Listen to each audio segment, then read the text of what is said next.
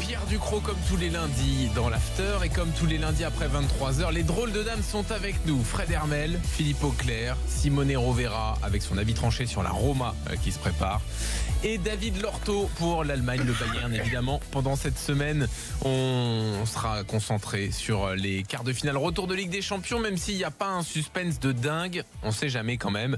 Tous les matchs seront sur RMC et les débriefs dans l'after. On y va messieurs, on continue avec l'avis tranché de Simone Rovera sur l'Italie. On y va. Il y a Alexis Sanchez. Chapeau 4.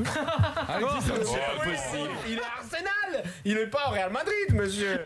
Et donc, tu veux nous parler de la saison de la Roma et tempérer ce qui s'est passé en Ligue des Champions? Bah oui, tempérer ce qui se passe en Ligue des Champions, aussi un peu raconter qu'est-ce qui se passe au quotidien dans une ville comme celle de la Roma, où je l'ai dit plusieurs fois, mais peut-être seulement qui connaît vraiment la ville, qui a vécu à Roma ou qui suivent le football italien, c'est que c'est comme une machine à laver. Ça tourne en 1600 tours, oui, voilà, pour. Tu dois changer souvent de vêtements, alors.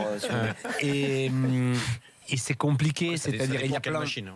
Bah, écoute, c'est une machine solide quand même, parce que là c'est dur, c'est dur à survivre presque à ça. Il y a plein de radios qui ont des avis qui sont très tranchants, on dirait qu'elles nous regardent chaque semaine. L'avis tranchant, j'aime bien ça. Oui. Qui font ça pendant 24 heures, quoi, ce qu'on fait pendant 2 heures. Et depuis quelques jours, depuis surtout la défaite face au Barça, on dirait que Roma est tout à jeter, que c'est un cauchemar, c'est une catastrophe. Et ça, c'est parce que surtout, tout le monde parle, tout le monde a des avis, et tout le monde doit dire quelque chose de mal souvent. Ce que je veux dire, c'est que la Roma se trouve dans une situation, oui, catastrophique en Ligue des Champions face à un grand d'Europe, après un match surtout malchanceux, et aussi mérité par Barcelone qui est supérieur, mais malchanceux de la Roma. Et que si on regarde bien la saison d'une équipe qui a perdu cet été quelque chose comme 3 joueurs, je dirais, déterminants. Une s'appelle Mohamed Salah et on a vu qu'est-ce qu'elle est en train de faire à Liverpool. L'autre s'appelle Francesco Totti, qui n'est pas peut-être les joueurs décisifs dans les jeux, mais c'était quand même... Il représente un petit truc. Il représentait beaucoup pour plusieurs joueurs. Il a perdu Rudiger, défenseur qui peut-être Chelsea ne s'est pas exprimé au top niveau, mais était un pilier de la Roma et il est important aussi dans la sélection allemande. Il y a eu une refondation, seulement que la refondation n'a pas vraiment marché. Monchi qui est arrivé n'est pas un idiot, il a raté un peu son mercato. Il a les joueurs qui arrivaient, qui a plus de matchs. C'est Kolarov, qui n'était pas un des profils, on peut dire, qu'on peut s'attendre de voir débarquer à Roma par Monchi, mais plutôt on pensait à des jeunes, des joueurs qui allaient s'imposer avec les tempes. Par contre, les jeunes, il y a presque personne qui s'imposait. T'es souhait, Daniel. Là, soyons clairs, ça devient dur pour Daniel. Et qui nous a annoncé à 22h qu'il était un peu malade. Là, on est dans le dur. Mais on s'accroche, on est tous ensemble, on est avec toi, Daniel. Sache-le. Alors, Simone. On compatit. Donc, les joueurs, quelqu'un un peu s'impose, comme Under qui était malheureusement absent au Camp Nou. Il y a d'autres qui, petit à petit, prennent leur place, comme Pellegrini. Mais la révolution qu'on devait attendre, il n'y a pas vraiment eu. Si on regarde les 12 joueurs plus utilisés, les seuls qui est nouveau, c'est Kolarov pour dire. Donc, c'est une révolution à moitié. Les joueurs plus importants sont partis. Ceux qui sont toujours là doivent être toujours titulaires et toujours décisifs. Et on parle d'une équipe qui, quand même, est arrivée en huitième de finale, une quart de finale de la Ligue des Champions, qui joue la 3e place au championnat. Et c'est vrai qu'aujourd'hui, la Roma est à 21 points derrière la Juve. Mais la chose normale... C'est les 10 ans sans titre qui font mal à la Roma. Mais la Roma, après 10 ans sans titre, ces 10 ans sans titre, il y avait d'autres 10 ans où il n'avait pas gagné grand-chose. La Roma, c'est combien de titres? Je pense 3 en Serie A. C'est pas une équipe qui a toujours gagné. Ce qui fait mal à la Roma, c'est de voir qu'il y a toujours les autres qui gagnent. Quand c'est pas la Juve, c'est Milan et c'est l'Inter. Et c'est la même chose qui va faire du mal à Naples. Parce que, j'ouvre une parenthèse, je suis convaincu que la Juve va gagner 16 titres et que les prochains clubs qui vont piquer un titre à la Juve, c'est ni Roma ni Naples, mais c'est les retours du Milan ou les retours de l'Inter. Ouais. C'est ça qui fait mal. Ça fait mal de voir que Naples est à 4 points derrière la Juve, avec une saison incroyable, au-delà de chaque limite presque humaine de Naples, et que eux, qui la saison dernière ont terminé devant la Roma, devant Naples. Aujourd'hui, ils sont loin derrière. Toi, ce que tu veux nous dire ce soir, c'est que il faut quand même tenir compte de la refonte du club et que ça reste une bonne saison. Ça reste une bonne saison. Que Di Francesco est arrivé pour la première Il ne faut fois. pas qu'il rate la zone Ligue des Champions. Il faudra. Bien sûr, il faut. Non, mais tu vois, il faut assurer. Il y a quoi, 31, il reste 7 matchs. Ils ont une semaine importante là. 7 matchs, la Lazio a autant de points, l'Inter a un point de moins, un point de moins. Et il y a le derby là. Et il y a les derbys dimanche. Il faut pas qu'il se fasse marronner à finir 5e, tu vois. Il faut pas. Là, pour le coup, ça va couiner là. Là, t'imagines la semaine. S'ils sont en zone Ligue des Champions, s'ils sont en zone Ligue des Champions, ils seront dans les clous de ce qu'ils ont fait ces dernières années, c'est-à-dire on ne gagne pas de titre, mais on est toujours plutôt bien placé. On a été deuxième, on a après fait des 10 ans, trucs. ils sont revenus en quart de finale de Ligue des Champions. Bien sûr. Et comme je t'ai dit, Il là, faut pas qu'ils finissent marron. C'est une Et équipe surtout qui n'est avec pas la plus Lazio forte. devant, ça joue ça aussi. Ah bah Ça. oui, là. Si la Lazio Alors, gagne si les la derbys, Lazio elle termine sort devant de la Ligue des Roma, Champions. Alors là. Et je ne dis même pas si la Lazio gagne la Coupe UEFA, parce Ah que oui. là, c'est Ah oui, non, si la Lazio gagne l'Europa League, Non, t'inquiète, c'est réservé heureusement à qu'il y a l'Atlético. l'Atlético qui a réservé la place. Ouais. Mais non, la Roma, là, On ne mentionnera si pas la Lazio Leipzig termine devant et que la Roma, Di Francesco peut dégager, oui. Là, Attends. il y en Mais a là qui aussi, peuvent payer très mais cher. là aussi, ça serait La trop Lazio dur devant, ça pour un coûte cher, entraîneur qui arrive de Sassuolo, Bien sûr que ce serait qui n'a dur. pas l'expérience. Parce que ce qu'a perdu la Roma, je parlais des joueurs, il a perdu un entraîneur comme Spalletti, qui peut-être n'est pas aimé partout, mais j'ai regardé dans les 12 dernières saisons qu'il a terminé. Une seule fois, il n'est pas rentré dans les top 4 ou n'a pas qualifié son équipe en Ligue des Champions. Entre la Russie, même à l'Udinese, il a fait arriver en Ligue des Champions. Là, pour l'instant, il est C'est-à-dire- 5, mais il n'y a qu'un point d'écart. Voilà, donc, oui, mais il a perdu quelqu'un qui était très pratique du haut niveau, de gérer la pression, même s'il a un peu craqué avec la gestion Totti à la fin, et c'était inévitable de se séparer des Spalletti. Mais aujourd'hui, la saison de la Roma est beaucoup critiquée, surtout en interne, surtout dans la ville. Et moi, ce que je trouve que il y a vraiment ça, là, C'est exagéré. parce qu'il y a trop d'amour. Enfin, en même à temps, Roma pour cette Trop de exagérer passion. pour Oui, Rome, c'est pas exagérer autour C'est pas de l'AS objectif. Roma, c'est pléonasme. tellement normal. Quoi. Voilà, Oui, mais c'est- Ça a toujours été comme ça. C'est un des amour jugements qui est trop objectifs, grand là. et Ah que non. donc parfois ça déborde. Ouais. Je pense que demain ça peut terminer même 0-5 pour le Barça, rien va changer. La Roma part logiquement de chercher de faire un miracle, mais il faudrait 2 miracles. Mais le match le plus important c'est dimanche, manière. C'est pas. Les matchs plus importants c'est dimanche, et le match plus important ça va Dimanche, être à c'est le derby. l'avant-dernière. Ah oui. À quelle heure C'est 20h45. Il y a la Juve qui arrive à l'avant-dernière. Il faut voir si c'est déjà gagné les titres ou non pour la Juve, parce que là aussi, ça peut être compliqué. Ouais. Donc, la saison de la Roma, doit encore se terminer. Mais avant de dire que c'est raté, Il va être chaud, comme ce on dit derby, hein. Il y a souvent, longtemps qu'il n'y a pas eu aussi. Ok, Moi j'ai une proche question pour Daniel. classement. Ouais. Plutôt que Dijon-Strasbourg ou Montpellier, je sais plus quoi. Oui, je regarde le derby. On peut PSG-Monaco ou derby Rome, Lazio-Rome Ah. contre AS Roma dimanche. que tu veux là où il y a de l'enjeu. Bah, il y a l'enjeu, PSG peut être champion. C'est quand même notre championnat, quoi. Mm. Mais le derby, quand même, il Ouais, va c'est beau aussi, hein. il va être beau, ce derby. hein. ouais. Simonet, dans l'actu, tu voulais nous parler de la Fiorentina. Bah oui, rapidement, parce qu'ils sont en train de faire quelque chose d'historique déjà, parce que ça faisait depuis l'année 60, ils n'avaient pas gagné 6 matchs d'affilée. 5 de ces matchs sont arrivés après les décès d'Astori. Il y a une chose qui m'a touché, c'est une phrase, plusieurs joueurs disent, pour nous, c'est comme s'il était toujours là, mais au-delà de ça, il y a un ancien joueur de la Juve qui s'appelle Giancarlo Marocchi, qui était touché dans sa carrière par la mort d'un coéquipier qui s'appelait Andrea Fortunato, et qui expliquait comment pour eux, à un certain moment, ils se sont rendus compte que tous les petits trucs de vestiaire, tu gagnes plus, tu joues un peu plus, tu perds toute importance. Ouais. Et à oui. partir de ce moment-là, Oui. pour eux, c'était comprendre qu'ils font les plus beaux métiers du monde et que parfois il y a trop de bruit autour de ces métiers et ils sont remis au sérieux. Et comment la Fiorentina a changé sur ces 5 matchs, et la dernière victoire c'est à Roma face à la Roma 2-0, c'était quelque chose de très fort, parce que tu vois vraiment une équipe qui fait les choses simples et ça fonctionne. Et parfois tu te rends compte qu'il y a trop de bruit, trop de choses autour du football Ouais. qui laissent Ça fait déconcentrer les joueurs. Tu vois une équipe. Voilà, Parce qu'on et a tu vois vraiment l'équipe une équipe. et pas seulement des oui. des autres. Alors Simonet, pardon de faire ça en direct, mais il y a un oubli majeur dans ton programme italien. C'est qu'il n'y a pas un mot pour le doublé de Cheikh Diabaté. Et ça, quand même. T'as raison, mais parce que j'ai tellement été excité pendant tous les matchs que j'ai fait 300 tweets C'était pendant les matchs. Juve. C'est Cheikh Diabaté qui est sorti sur un standing ovation de ce stade magnifique de Benevento, qu'il faut le dire. C'était la Juve, c'était la première fois que la Juve arrivait à Benevento, mais ils sont déjà presque ça a dû attirer la foule. Première fois que la Juve, quand ils étaient allés il y a quelques années en Série B, ils avaient joué à Crotone et dans certaines villes du Sud. C'est la grande folie. C'est simple à remplir, mais c'est toujours plein à craquer pour une équipe qui va descendre. C'est où Benevento? Pas très loin de Naples, un petit peu au sud de Naples. D'accord. C'est une équipe qui rêve encore de sortir des gros exploits. Et quand Cheikh Diabaté a marqué ses doublés, et donc les premiers buts pour égaliser, le deuxième aussi pour égaliser, et après la Juve gagne 4-2. Moi j'ai vu Sagna, il a réussi 2 centres. Attends. N'oublions pas Sagna, Diabaté. Non mais Sagna il a réussi 2 centres. C'est d'ailleurs la deuxième erreur de Simonet qu'il n'avait pas noté dans son programme. Oui, bien sûr. Sagna quand même souvent. Les centres réussis de Sagna, il faudra les mentionner. Ouais, il faudra faire une petite stat les lundis. T'aimerais bien, Daniel, avoir un Sagna en forme en ce moment en équipe de France? Non, c'est bon, merci. C'est bon, il y a Debuchy qui arrive. Non, c'est bon, on a donné Pierre. Mais moi je pense qu'il faudrait dans beaucoup de clubs de Ligue 1 un Diabaté, comme on a vu sur les 5 matchs qu'il a joué avec Benevento. Diabaté. Non mais quand on parle de Diabaté dans l'after, on est obligé. Dis-moi, où est ton pied droit? Dis-moi, où est ton pied droit? Si au bout de ta jambe t'as un pied, dis-moi quelle forme il a. On va attendre le refrain.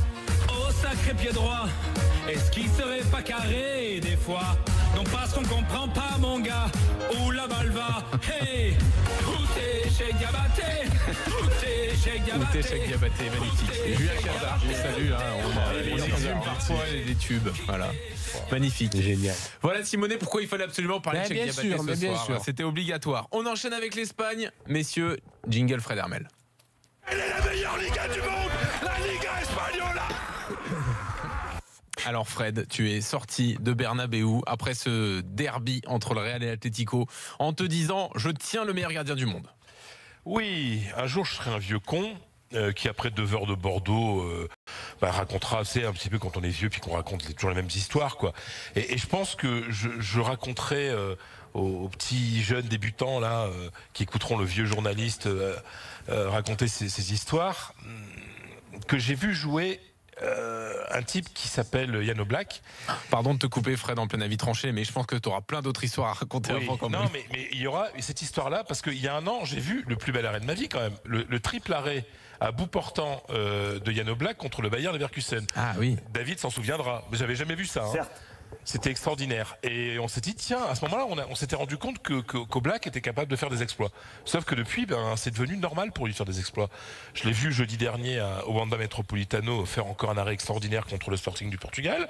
Je l'ai vu ce week-end à Bernabéu.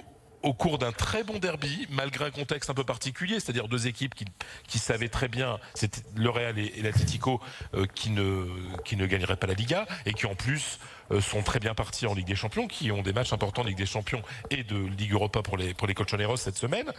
Mais malgré ça, on a vu un très beau derby et on a vu un Oblak qui a encore fait des arrêts mais de folie quoi. Et sincèrement, je l'affirme et je donne un carambar à celui qui me dit qui est aujourd'hui, maintenant, le meilleur gardien du monde. Pour moi, il n'y a pas meilleur que Jan Oblak. Et je me suis laissé entendre dire, et c'est une rumeur qui est de plus en plus pressante du côté du Wanda Metropolitano, c'est que le PSG est là, le PSG discute avec Jan Oblak, que la clause de libératoire du Slovène est de 100 millions. 100 millions pour un gardien, ça c'est déjà vu ça. Et qu'ils essayent de faire baisser bien sûr la clause, de pousser un petit peu Jan Oblak à rentrer en rébellion, etc. Sauf que du côté de l'Atlético, où il risque d'y avoir des thunes en fin de saison, et du côté de l'Atlético, ils sont prêts à faire une très belle offre de prolongation et d'augmentation de salaire aux Slovènes pour qu'il reste. Et je comprends, d'un côté, je comprends tout à fait que le PSG puisse casser cette salaire pour un tel gardien, et je comprends que l'Atlético puisse faire une grosse rallonge pour le garder parce qu'il est fabuleux. Il est bon dans tous les secteurs du jeu, c'est-à-dire il fait des sorties super, sur sa ligne il est incroyable, je pense que vous avez tous vu la claquette qu'il fait à la 92e minute sur un coup franc sublime de Ramos, voilà, et donc je l'affirme et je pense que personne ne peut me contredire parce que Neuer qui est intouchable, Neuer est blessé, aujourd'hui là, Jan Oblak, seulement 25 ans, est le meilleur gardien du monde. Alors là, messieurs, est-ce que dans les autres championnats, vous avez quelque chose à rétorquer à Fred? Moi, j'aime beaucoup De Gea. Donc, Oui, c'est ce que j'allais dire. Il fait des bévues que ne fait pas. Le Brésilien de la Roma est bon, et lui aussi fait partie des mecs que le PSG regarde. Mais oui, Oblak est un super gardien, bien sûr. Bien sûr. Je crois qu'il a un niveau. Parce qu'il a parlé hier de Lafont à Toulouse aussi. Lafont. Il est constant dans les exploits. Tout le monde l'a envoyé en équipe de France, Allemand à Lafont, à un moment. Mais non. Mais bien sûr que si, Jean-Louis, tu étais dans ce groupe. Tu étais dans ce groupe. Mais qu'est-ce que tu exagères? C'est groupe. Ah, mais tu serais pas romain, toi, pour exagérer comme ça? C'est les groupes en France des enflammades rapides. Mais t'étais pas. Chez nous, oh là, tu vas savoir comme ce groupe est actif. Oui, mais moi je fais C'est moi qui ai envoyé Marvin Martin. Mon enflammade. Non, toi, Fred, elle est pas exagérée du tout. Mais t'es sicilien, t'es pas romain. Pourquoi tu exagères comme ça? Mais pas du tout, je dis des choses totalement justes. Il n'y avait pas une enflammade sur Allemand Lafont, peut-être. Mais oui, mais moi on je le voyait pas en équipe de France. Non, en équipe de France, je suis pas sûr. Pardon? Que c'était un gardien prometteur, Monsieur, etc. plaît-il? C'est une blague ou quoi? Non, il était prometteur, il a 19 ans et tout, mais de là à l'envoyer en équipe de France, je pense que tu exagères un peu. Mais ça dépend comment on comprend le rôle de gardien également, parce que moi je pense que Oblak est sans doute sur sa ligne au moins l'égal de De Gea. Savoir s'il est dans De Gea, je le trouve très fort. Hein. Mais De Gea, il a des bévues, on l'a vu avec l'Espagne l'autre jour encore. Attends, il arrivera à tout gardien de se manquer, mais c'est un poste tellement compliqué à juger, et c'est tellement compliqué parce que ça dépend également de ce que tu as devant toi. C'est-à-dire quelle défense tu opères, ce que te demande ton entraîneur. Par exemple, dans un système de jeu à la Guardiola, Ederson est meilleur qu'Oblak. Par contre, dans un système de jeu à la Simeone, mais un système de jeu de la Simeone, Oblak est très largement le meilleur. On est bien d'accord. Je pense qu'on garde en qualité naturelle, il est extraordinaire. Il est bien évidemment protégé. Sauf qu'il est capable de faire des choses, de répéter des choses qui semblent incroyables. Voilà, on dit ce qu'il a fait là, et puis le week-end d'après, il le fait encore. C'est-à-dire qu'un gardien, pour moi, c'est quelqu'un qui doit ramener des points à une équipe. Et De Gea et Oblak ramènent des points à des équipes. Il ramène des points, il ramène des victoires à son équipe. De Gea aussi, je te rassure, et je me fais pas trop de soucis pour ton équipe d'Espagne avec lui. Pas vraiment. Moi, je suis pas, et beaucoup de gens en Espagne sont pas très très fans de De Gea. D'accord. Il y a un petit doute autour de lui. Il est fort, quand même. Il est fort, mais il est pas d'une assurance. En tout cas, juste parce qu'il joue pas en Espagne. Ça arrive souvent en Espagne, tu crois, Simone? Ouais. Alors Fred, le derby madrilène, qu'est-ce qu'on retient sinon à part le 1 partout, le but de Griezmann? C'était un beau match. C'était vraiment un match très agréable. Je me suis régalé. En plus, il fait un temps pourri en Espagne, sauf hier. Le match était à 16h15. Il y avait une ambiance très sympathique. Alors, c'est évident que Zidane, il fait sortir Ronaldo à la 64e. Il avait pacté parce qu'il y a le match contre la Juve. Oui, Batman et Robin n'ont pas joué en même temps. Oui. Il y a eu un coup Batman, un coup Robin. Parce que Benzema était sur le banc, parce que Modric était sur le banc, parce que Casemiro était sur le banc, parce que Robin. Mais c'est Robin, il est français. Batman et Robin, vous dites? Évidemment. Sinon, tu dirais Robin. Sinon, tu dirais Batman et Robin. C'est fou, ça. Oui, Robin. J'ai toujours dit Batman et Robin. T'as été ringard. Zidane, vous connaissez Zidane? Je te dis, Zidane, l'ami de Simone. Zidane avait laissé. Ils jouent dans la même équipe. Zidane et Robin. Fred, toi, tu disais Robin aussi, toi? Avait laissé des joueurs importants sur le banc, et du côté de l'Atlético. Il n'est pas français, Robin. Mais c'est bon. Robin des Bois. Robin Wood ou Robin des Bois. Voilà. Vas-y, Fred. Ah oui, c'est vrai. Et que Simeone lui-même, par exemple, a fait sortir Diego Costa avant la fin, tout simplement parce que, certes, le Real Madrid a gagné 3-0 il y a une semaine, tout le monde le sait, à Turin, mais Zidane va mettre la meilleure équipe possible mercredi. Il veut surtout pas, et d'ailleurs, il l'a clairement dit en conférence de presse hier, nous jouons notre vie sur ce match, et ça m'énerve qu'on essaie, il a dit comme ça, ça m'énerve qu'on essaie de nous mettre dans la tête qu'on est déjà en demi-finale. Je connais le foot, et il veut surtout éviter ne serait-ce qu'une petite peur, par exemple la Juve qui mène, quoi. Voilà. Et donc Zidane a vraiment géré ce match en pensant à la Ligue des Champions, comme Simeone a géré ce match en pensant à la Ligue Europa. Fred, Sébastien est avec nous au 32-16 dans l'after. Il a une question directe pour toi. Salut Sébastien. Salut Sébastien. Salut tout le monde. Salut. Qu'est-ce que tu veux demander à Fred? Il est avec toi. J'aurais une petite question pour Fredo. Savoir ton ressenti si Zidane pourrait être comme un Sir Ferguson au Real Madrid, rester une vingtaine d'années. C'est impossible. C'est impossible au Real Madrid. Voilà. Et lui-même. Pas sûr qu'il en ait envie pendant 20 ans. Il en a pas envie, mais de toute façon, au Real Madrid, c'est simplement pas possible. C'est pas la culture du club. Il y a une telle pression, il y a une façon de fonctionner qui fait que les entraîneurs se lassent rapidement. En général, c'est 3-4 ans. Zidane restera la saison prochaine et si ça va bien une saison de plus, après il partira. Mais ça peut pas être plus. Ça ferait 4 ans et demi et ce serait déjà beaucoup au Real Madrid de rester aussi longtemps. Bon, après, il pourrait être genre directeur sportif, un truc comme ça. Non. Alors lui, il veut entraîner. Hein. Ah, il veut continuer et puis il veut entraîner au quotidien. Ce qui l'intéresse. Et même s'il continue à gagner. Mais même s'il continue à gagner, il y a une lassitude qui s'installe. 20 ans de 20 ans. Moi je veux bien, mais bon, déjà, ce serait dingue. Tu vois, le mec, il va pas gagner tout le temps. Je veux bien que ce soit Dieu sur terre. On lui souhaite quand même. Mais ça va être on veut bien, nous, hein, mais bon. Voilà, Sébastien, t'as ta réponse. À bientôt dans l'after. Ok, nickel, merci. Salut Sébastien. Moi, c'était clair. Il y en a. Je voulais parler d'un joueur quand même qui a fait ses adieux aujourd'hui, en tout cas qui a annoncé aujourd'hui de manière un peu étrange qu'il quittait l'Atlético. C'est la star de l'Atlético, c'est Fernando Torres, El Niño. Alors ce qu'il y a de très dommage, c'est qu'il a annoncé ça un peu entre deux portes lors d'un événement. Il jouait encore un coup de temps en temps, mais il jouait pas tout simplement parce qu'il y a un entraîneur qui est jaloux de lui, qui s'appelle Diego Simeone. Comment ça, il est jaloux de lui? Ah oui, non, mais Simeone, il est indécent avec Fernando Torres. Fernando Torres, le jour où il va l'ouvrir, ça risque de faire trembler les murs du Wanda Metropolitano. Mais comment ça? Je l'affirme, Diego Simeone ne supporte de la popularité pas que le joueur le plus populaire, que l'homme le plus important d'Atlético, ce n'est pas lui, contrairement à ce qu'on croit, c'est Fernando Torres. Et que dans le cœur des supporters, c'est Torres. Et d'ailleurs, Torres a toujours dit, il n'y a que le président Cerezo qui m'a toujours transmis son respect et sa confiance. Contrairement à Simeone qui a eu des déclarations, mais un peu en dessous, quoi. Voilà, jamais franc en plus, quoi. Tu vois, contre Fernando Torres et combien de fois il l'a fait, s'échauffer, s'en faire rentrer, etc. Il a vraiment eu un comportement lamentable.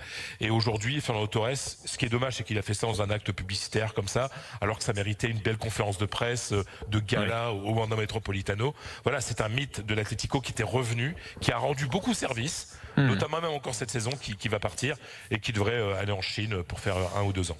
Tiens, messieurs, vous avez vu. Je pourrais poser une question à Fred très rapidement. Fred, est-ce que c'est vrai ces histoires qu'on raconte sur le salaire de Simeone? Parce que 15 millions. Net après impôt. Mais c'est délirant. C'est 30 millions brut. Ouais. Non, c'est ça. 30 millions brut. Et c'est vrai. C'est vrai. Je suis complètement. Les chiffres d'oseille impressionnent Philippe Auclair, c'est quand même quelque chose. Non, mais attends, ça impressionne. Moi, je voulais vous faire réagir en parlant d'oseille sur Fabio Capello qui prend sa retraite, qui annonce la fin de carrière. C'est un peu ça. Il avait l'âge d'annoncer sa retraite, non, quand même? Il a combien? Quel âge Capello? Au moins 70. 11. 71, ouais. Quand même. Ah oui, à un moment donné. Il va se consacrer à sa collection d'art contemporain, qui est, paraît-il, impressionnante. Il va être consultant en Italie? Il va revenir à faire le consultant pour Sky chez nous. Donc, oui, il a dit que ça c'est, qu'on peut dire, c'est son métier d'avenir. D'accord, oui. 71 ans, c'est beau d'avoir encore un métier d'avenir. Est-ce qu'il a le même assistant capillaire qu'Antonio Conte? Ah oui, c'est vrai que lui aussi est bien fourni. Je sais pas. Très bien conservé pour un septuagénaire. Oui, ça c'est vrai. Mais j'ai l'impression qu'il a toujours, depuis des années, lui, il est bien conservé. Hein. Ouais. C'est pas très récent. C'est pas la Chine qui a fait des miracles.